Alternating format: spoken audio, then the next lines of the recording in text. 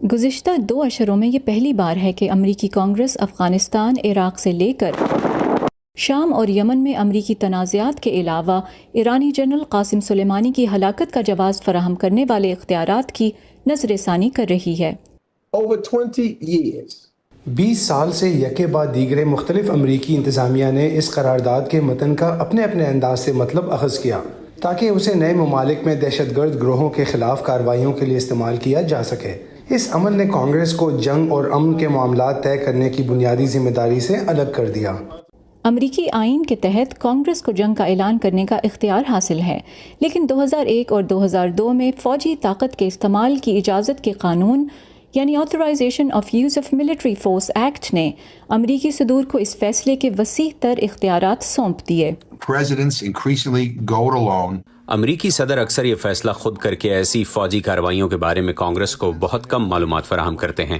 ایسا کرنے کے لیے صدر اور ان کے وکلاء 20 سال پرانے رائج کیے گئے آتھورائزیشن آف فورس ایکٹ کو جواز بناتے ہیں۔ اگر ہم اس بارے میں کچھ نہیں کریں گے تو ہمیں اس کے نتائج پر حیرت نہیں کرنی چاہیے۔ اس ماہ کے آغاز میں امریکہ اور ایران کے درمیان تازہ تناؤ کے بعد اس بحث نے ایک بار پھر سر اٹھایا اور وائٹ ہاؤس نے اشارہ دیا ہے کہ وہ کانگریس کے ساتھ مل کر صدر کے ان اختیارات کا دائرہ کار محدود کرنے کے لیے تیار ہے۔ کانگریس کو صدر اور انتظامیہ کے عہدیداروں کے لیے فنڈنگ ختم کرنے جیسے ٹھوس نتائج کو شامل کرنا چاہیے کہ اگر وہ اپنے اقدامات کے لیے کانگریس کی مدد حاصل نہیں کریں گے تو اس مقصد کے لیے جاری کیے فنڈز کی میعاد جلد ختم ہو جائے گی۔ ماضی میں اس خصوصی اختیار کو منسوخ کرنے کی کوششوں کو دونوں جماعتوں سے تعلق رکھنے والے صدور کی مخالفت کا سامنا رہا ہے، جبکہ ریپبلکن جماعت کے مطابق ایسا کرنے سے دہشت گردی کو روکنے کے لیے امریکی رد عمل کمزور پڑ سکتا ہے۔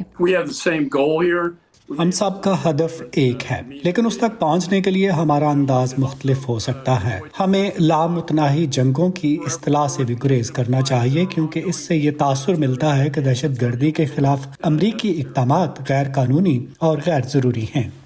بطور سینیٹر جو بائیڈن نے صدر کے اس اختیار پر کانگریس کی فوقیت کے لیے کام کیا ہے۔